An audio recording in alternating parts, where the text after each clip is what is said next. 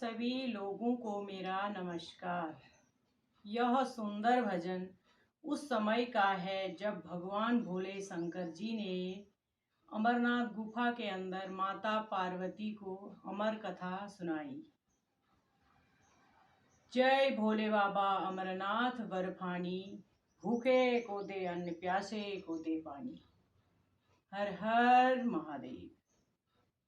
ऊंचे पर्वत भोले शंकर बैठे आसन डाल।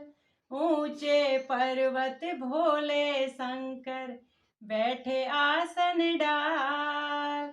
अमर कथा जब लगे सुनाने गौरा को त्रिपुरार। उमा को आ गई नीत की झपकी, तोते ने हामी भर दी। उमा को आ गई नींद की झपकी, तोते ने हामी भर दी। ऊंचे पर्वत भोले शंकर बैठे आसन डाल। ऊंचे पर्वत भोले शंकर बैठे आसन डाल।